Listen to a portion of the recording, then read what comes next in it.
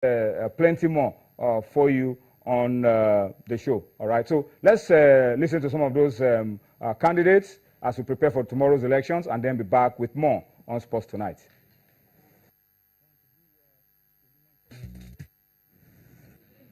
Despite any obstacle, my life experience as a fighter, as somebody who dies wearing his boots, tells me that I moved from the southernmost part of the world, South Africa, which hosted the best World Cup to date. And I have come this far. I'm used to obstacles. I would like to believe that other candidates who are here are faced with the same, but they are different. Secondly, we're here about FIFA. FIFA is a house broken and needs to be repaired. You'll hear more when I speak tomorrow on stage. So I want to be asked whether you are coming or not, or are you going to be on stage or not. You'll hear more. FIFA is a broken house. Football is not broken. Our house in FIFA, and I've been with FIFA for 11 years, needs to repair the damage done to the brand. Severe. So it's very painful. Some of the people who are incarcerated, some of the people who are jailed, some of the people who are on the run, who were arrested here in the past are friends. But if crime has been committed, justice must be seen to be done, whilst you spare the innocent. So I'm here as part of FIFA, of which I've been for the last 11 years, to make sure that I participate in the correction of what has gone wrong. I'm the only candidate who respects the fact that this is a secret ballot, and I have not asked any country or any FA to come out and publicly declare support. If it's a secret ballot, then they have the right to vote on the day the way that they choose. Well, look, I believe this is a democracy, and I have to fight for what I believe in, and I believe I'm the best candidate at this time to get things done. And it's not a matter of making deals. I think that is exactly what has been wrong with FIFA in the past. I think we have to restore, first of all, confidence from the sponsors, from our fans worldwide. And in order to do so, we have to be open, we have to be transparent, we have to bring this organization into the 21st century and have good practice. And do it not in words, but in real action. You know, it's a democracy, and I will try to convince the Federation. I will discuss with them, I will present myself. I can offer experience, I can offer the independence. I think FIFA needs reconciliation, FIFA needs stability, FIFA needs to turn the page of the controversies. I'm linked to all continents, I'm linked to all countries, but I'm not depending on anyone. I'm independent from vested interests. So you're not going to be the kingmaker, you're still confident you can secure the result? FIFA is not a kingdom, so there is no kingmaker. FIFA needs reconciliation, FIFA needs stability. Review. All right, you had Tokyo Sexwale, the South African. You had Prince Ali from Jordan, and of course you had Jerome Champagne, a Frenchman, all talking about the elections tomorrow. Well, let's quickly take you to Washington now. We'll be taking you to Zurich later on the show, but let's start off by taking you to Washington. Sonny Young is standing by to join us on Sports Tonight. Sonny Young is also in the mood. He's also expecting about this time tomorrow we will have a new president of FIFA. So let's find out from Sonny. Sonny, it's a long time. It's a long time I've seen you, but I'm happy with the way you're looking, and I've been following all that you've been doing, and how Washington Wizards have also been struggling and all of that. But today, let's start off with the FIFA elections. You're not going to vote tomorrow, Sonny, but who is your money on to become the new president of FIFA? You know, I'm not really a betting man, Toyin, but if I had to put some Naira on that election in Zurich on Friday, I think I'd have to go with either the Sheikh, Khalifa, or the Gianni Infantino, the Swiss Italian. They seem, at least from the reports that I've been reading, they seem to be the front runners. Sequale, the South African, I almost thought he might drop out of the race at this point, Twin. I think he's a long shot at best. I know you realize the Confederation of African Football has not even, come out and endorsed him.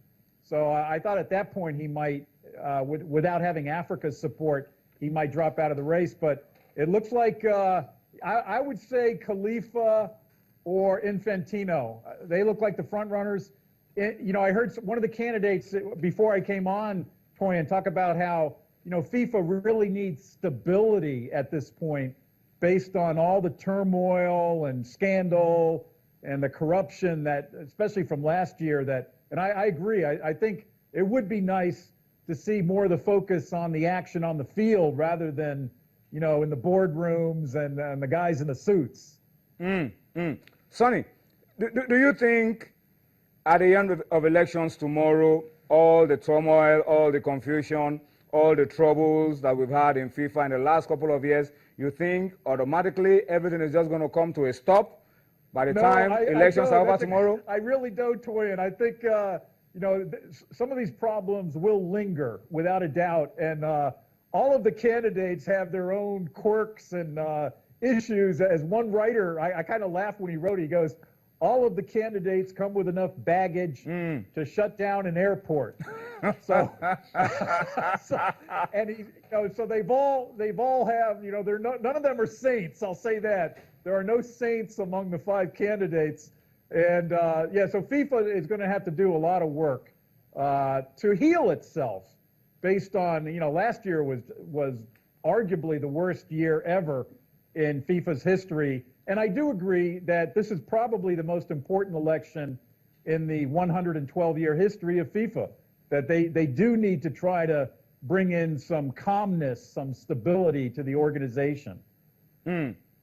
Well, Sonny, people are expecting that there could still be some drama before the elections are held tomorrow. Some journalists are expecting that one or two things could still happen that will impact heavily on the elections tomorrow. I know you have your ears fully to the ground, and you are able to pick the sound of things coming miles ahead.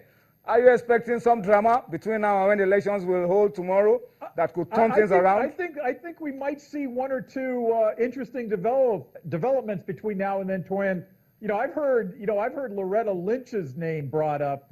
She's with the Justice Department here in the United States. That something might happen ahead of the election.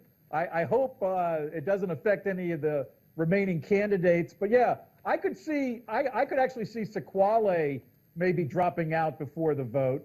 I really don't think he has much of a chance at all, in terms of his stature. But yeah, we could see something happen prior to the election. Okay, Sonny, let's keep the elections on one side. Next week, we'll see how close you are. You have picked 2 of the leading candidates. We'll find out exactly how it pans out next week. But let's come to basketball now, Sonny. What can you tell us? Warriors winning again after some struggles. Golden State Warriors beating Miami and all of that. Tell us a little bit of what's been going on around the NBA. Right now, the Golden State Warriors seem to be in their own league. I mean, the other teams really are not providing much competition. On Wednesday night, they won their 51st game of the season against the Miami Heat. They've lost only 5 times. 5 games. So they're off to the greatest start, best start ever in NBA history. 51 wins, 5 losses. Stephen Curry, the league's reigning most valuable player, he had 42 points against Miami on Wednesday night. He's having a great season, leading scorer in the NBA. And right now, I certainly can't see any team, at least in the Western Conference, stopping them from making another appearance in the NBA Finals. Locally, my beloved Washington Wizards, they went down to defeat again on Wednesday night in Chicago. And what really made this loss hurt, it hurt a lot, Toyin, was that the Bulls were playing without 3 of their top players who were all injured. Joakim Noah, their center, Jimmy Butler, who plays guard for the Bulls, and also there another guard, Derrick Rose, who just a few years ago was the NBA's most valuable player. He sat out because of some tendonitis issues. So they were without 3 players, and they still beat the Wizards. The Wizards are, they're right now. It's not looking good if they're going to make the playoffs, Toyin. I'm keeping my fingers crossed, though.